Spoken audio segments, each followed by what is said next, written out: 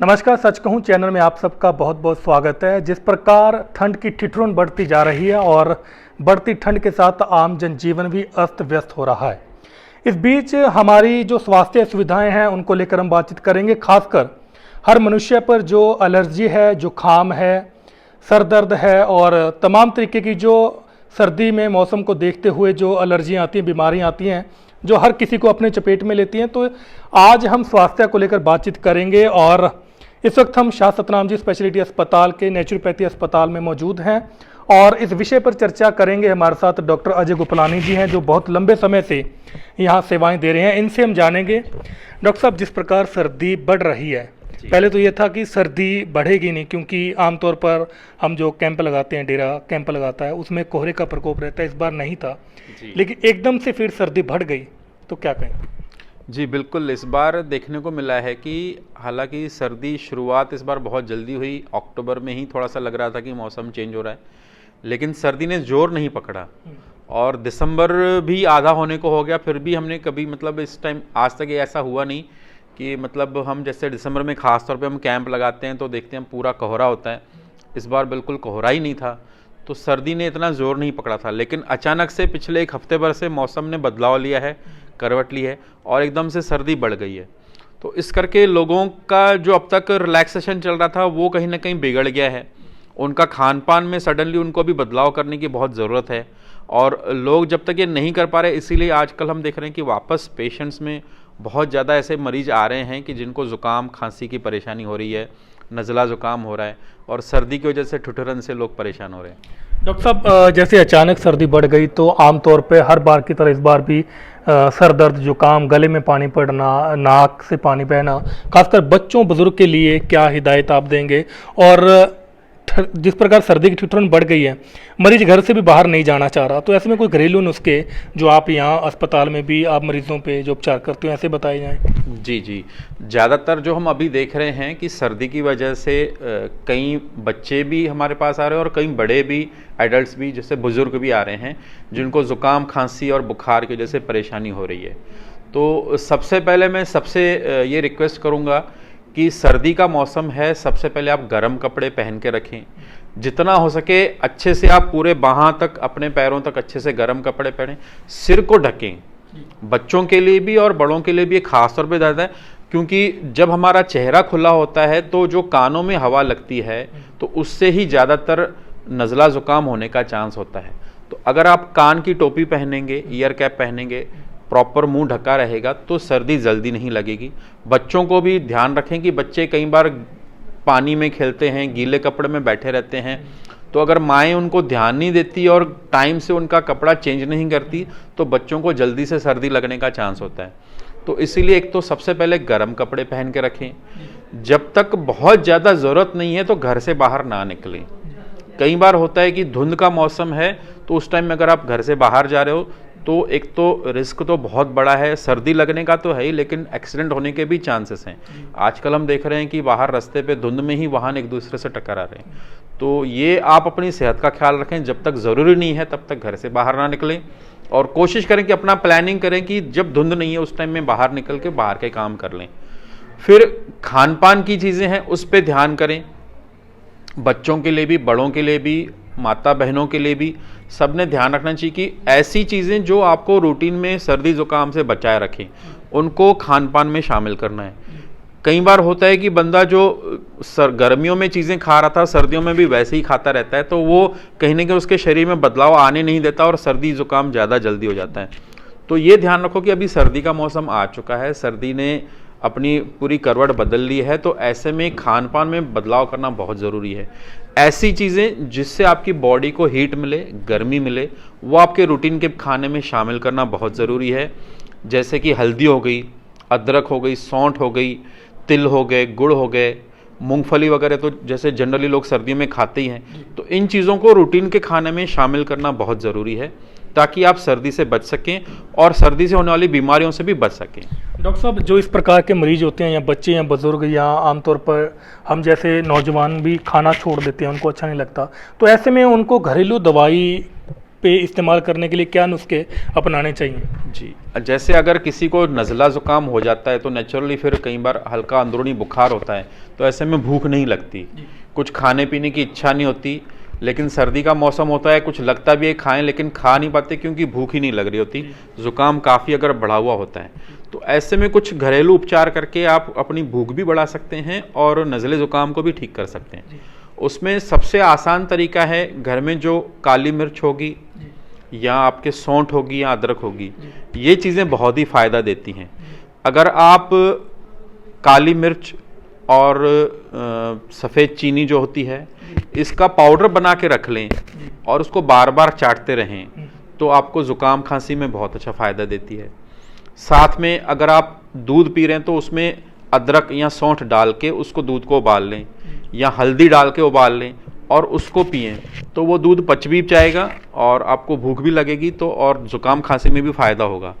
इसके अलावा जो सबसे आसान तरीका होता है स्टीम, जैसे जब ज़ुकाम हो जाता है, नज़ला हो जाता है, नाक बहती है, नाक से गले में भी रेशा गिरता है, तो ऐसी कंडीशन में अगर आप सिंपल घर का जैसे पानी लेके उसमें सफ़ेदे के पत्ते डाल सकते हैं या फिर जैसे हल्दी है वो डाल सकते हैं, उसको उबाल के उसकी भांप ले सकते हैं।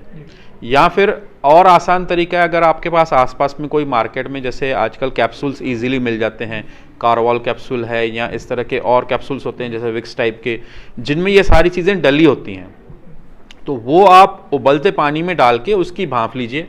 अगर आप भांप नहीं ले पा रहे हो, कोई छोटा ही बहुत ज़्यादा बच्चा है, जैसे कि कई बार 4-6 महीने के बच्चे हैं, जो नवजात बच्चे हैं, उनमें दिक्कत आती है, तो उनको उस पानी को पास में रख दें, उबाले हुए पानी में ये चीज़ें डाल के उसके पास में रख दें, तो उससे जो उड़ेगा धुआं वो जब बच्चे के सांस में जाएगा तो उसको बहुत ज़्यादा जल्दी आराम आता है।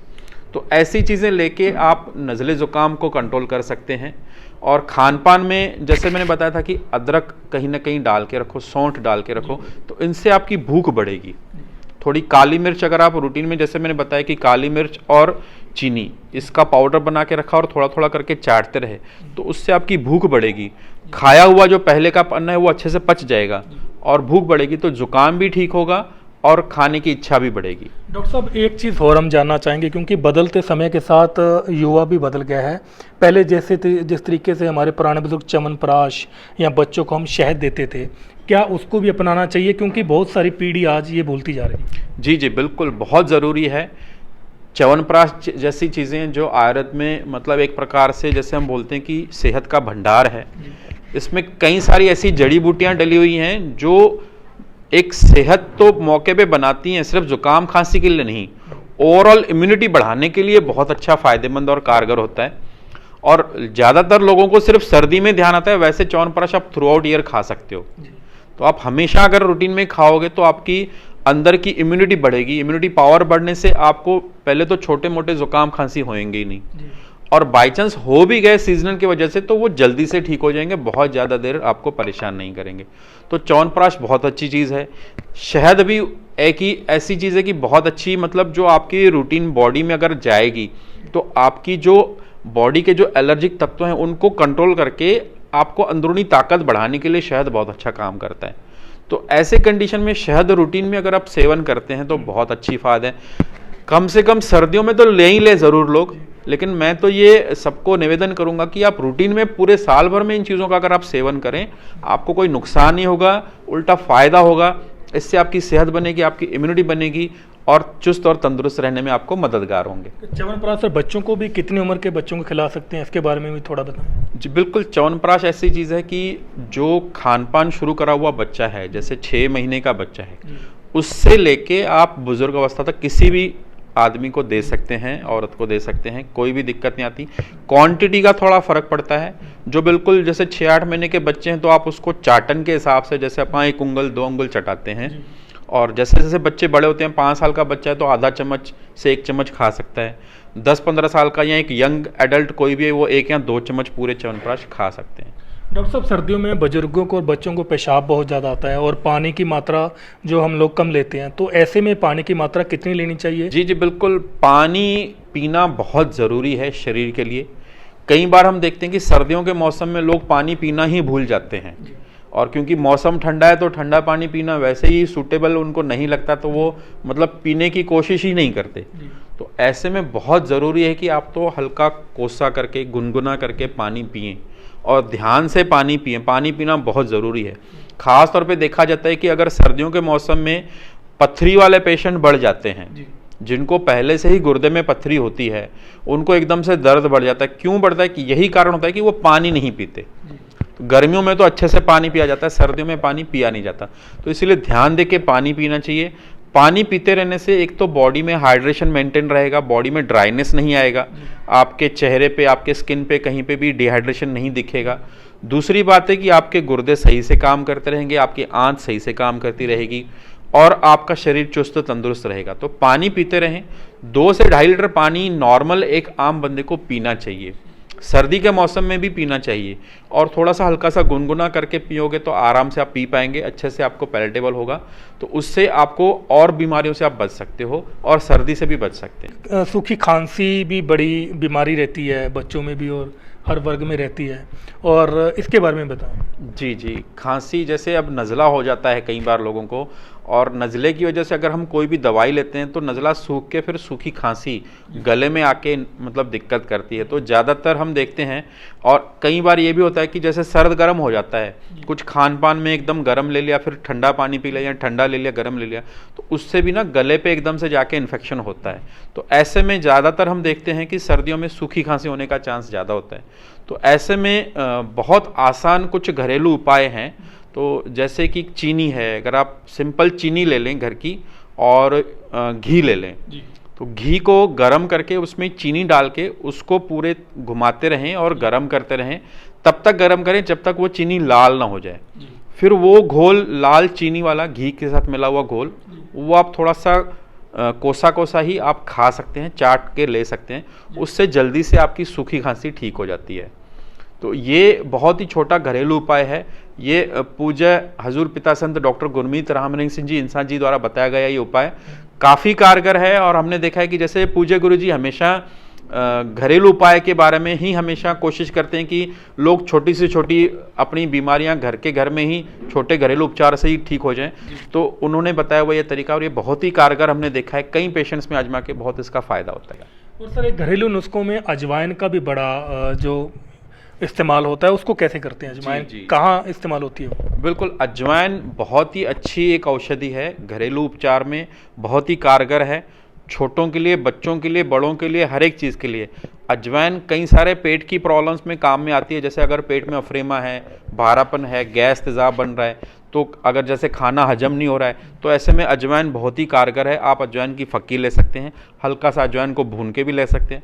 और ख़ास तौर पर जैसे मैं बताऊंगा, अगर छोटे बच्चों में जिनको ज़ुकाम खांसी हो गया है, तो जब उनको हम अगर दवाई भी नहीं दे पाते, तो ऐसे में अजवाइन को आप थोड़ा सा हल्का तवे पे भून के उसको किसी भी पोटली में लेके, छोटे से कपड़े में डाल के, कॉटन के, उसको लेके उसका धुआं आएगा, एक उड़ेगा, वो आप उसको सुंघा लो छोटे बच्चे को, तो उससे जो फ्यूम्स आती हैं उसकी, उससे नज़ला ज़ुकाम जल्दी ठीक होने में भी फ़ायदा मिलता है। तो ये थे डॉक्टर अजय गोपलानी जी, इनसे हमने बात करी, क्योंकि सर्दी जिस तरीके से चरम सीमा पर पहुंच रही है, उसके लिहाज से हमें अपने स्वास्थ्य का ध्यान रखना है। खासकर तमाम मुद्दों पे हमने बात करी कि बच्चों को जिस प्रकार एलर्जी, जुकाम, नज़ला, बुजुर्गों को होता है, तमाम तरीके की जो ये बीमारियाँ जो रूटीन में सर्दियों में फैलती है, इस पे डॉक्टर साहब ने बड़े ही विस्तार पूर्वक संक्षेप में चर्चा की। तो आपको ये प्रोग्राम कैसे लगा, हमें लाइक कमेंट करके जरूर बताएं, और आगे भी हम सप्ताह में 1 या 2 बार इस तरीके की स्वास्थ्य से जुड़ी जो बीमारियां हैं उस पर चर्चा करते रहेंगे। तब तक के लिए मुझे दीजिए इजाजत। रविंद्र रियाज, सच कहूं। देश दुनिया दी तमाम खबरों नाल जुड़े रहन लई सबसक्राइब करो YouTube ते सच कहूं पंजाबी चैनल। इस दे नाल ही बैल आइकन दब के पाओ लेटेस्ट अपडेट सब तो पहला।